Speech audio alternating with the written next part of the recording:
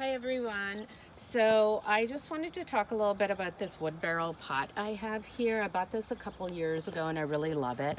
It has good drainage just because it's wood, so the seams are not perfect, so it's not like plastic where everything gets trapped, so you don't have to make any drainage holes. But I totally overplanted this year in this pot, so I'm going to give this a heavy trimming. I planted, so we have Joseph's coat here, which was a little plant, and it has grown. It needs some watering, but it's doubled in size, and in a couple of days it seems like it was back to where it was. So I'm going to give that a cutting. This is parsley. I have a Dipladenia in here, which usually the hummingbirds love to come to this flower because of its like trumpet-shaped flower here, but I don't think they can access it at all this year. I planted 4 o'clocks. They were just these little seeds, but I had no idea they were going to grow like this, like completely kind of out of control. I have one over here, and I have another one over here. This one looks like it's going to have pink flowers. Then I have a little bit of the blue forget-me-nots, and I think that's predominantly what I have. So I'm going to give this like a heavy cutting today. So let's get started. All right, so this is the Joseph's coat.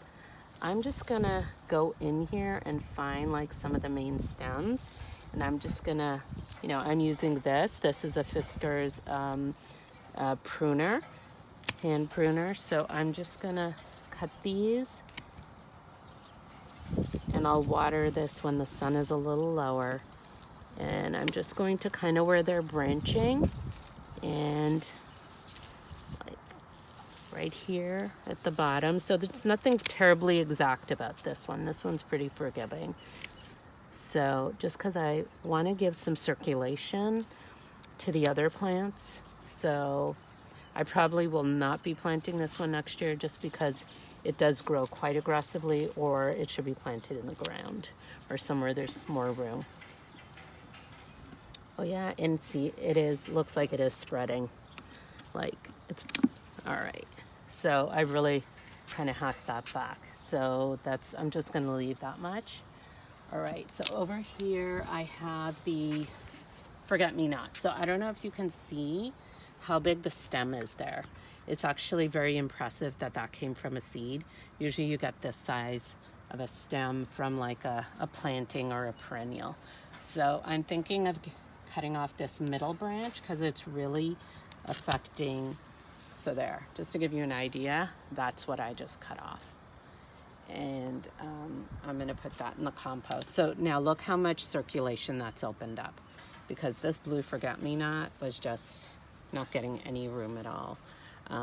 So yeah, so I just opened that up, which I think is good. And I'm probably gonna trim back a couple of these too, because it does grow quite aggressively.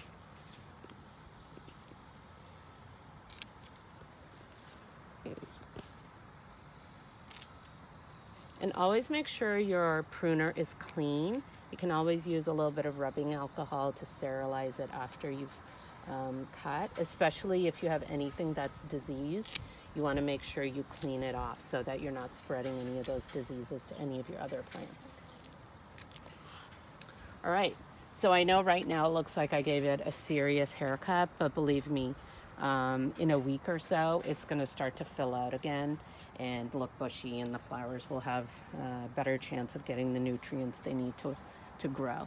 Okay, so this is my blue forget-me-not. I'm going to trim this a little bit too. I think it was really struggling to find some sunlight because of the very large forget-me-not. So now it'll have an easier time, but I'm going to clip it back so it can focus its energy on a couple stems as opposed to everywhere. All right, so there. So we got that. Now the Dipladenia has a chance, and I'm just going to pull off some of these flowers that have already like bloomed. So this is like a really pretty plant, and it does nicely here because I have a hummingbird feeder nearby, so that'll do well. And now this also is a forget-me-not with the pink flowers, which I've really not seen any of them open. I don't think it was getting enough water and nutrients. So I'm going to trim this one a little bit too, cut off a couple of the branches. This one,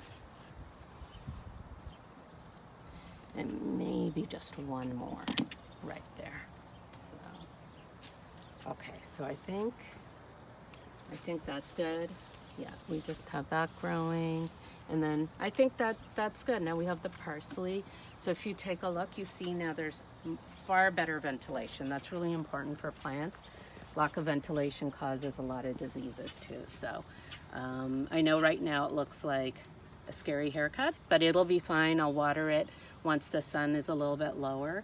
And in a week or two, I'll try to provide an update in a couple weeks so that you can see what it looks like, all right? So here is a tomato plant, and you can see I have the petunias, I think petunias around it. I have a Dusty Miller, and I have a germander back here. So I think next year I'm gonna plant this in a bigger pot. I don't think, and I'm gonna plant less things around it or maybe nothing around it. So I'm gonna give this a good trim. I think I'm gonna cut off some of the branches that have these blossoms here so that the energy can go towards the existing tomatoes that are growing. Otherwise, you know, the plant is gonna have to divide its energy between producing tomatoes on these and on the ones that are already here. Alrighty, so let's take a look. What do we have at the bottom? I'm gonna cut off any little branches at the bottom.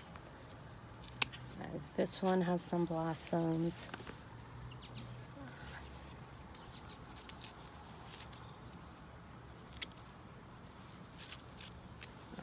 Okay, and let's see what else we have here.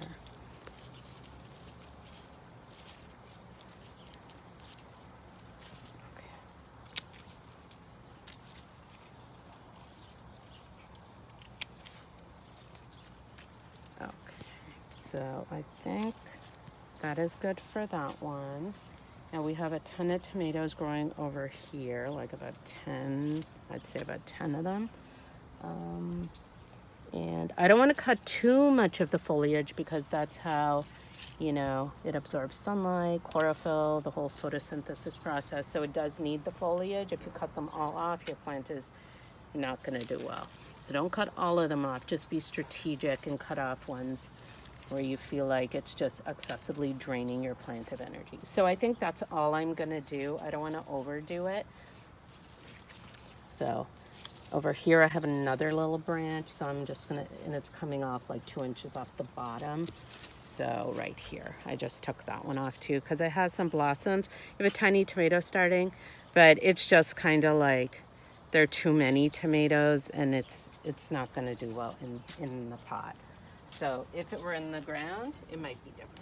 Then I have another little tomato plant here. I'm gonna give that one a quick trim too. So this one is good because there's nothing else growing, but it's too small and it's kind of tipped over a couple times in rainstorms. So I'm gonna cut this one off right here. Okay, so I'm gonna cut that one off. This one I already trimmed like a while back, but I'll just kind of cut that.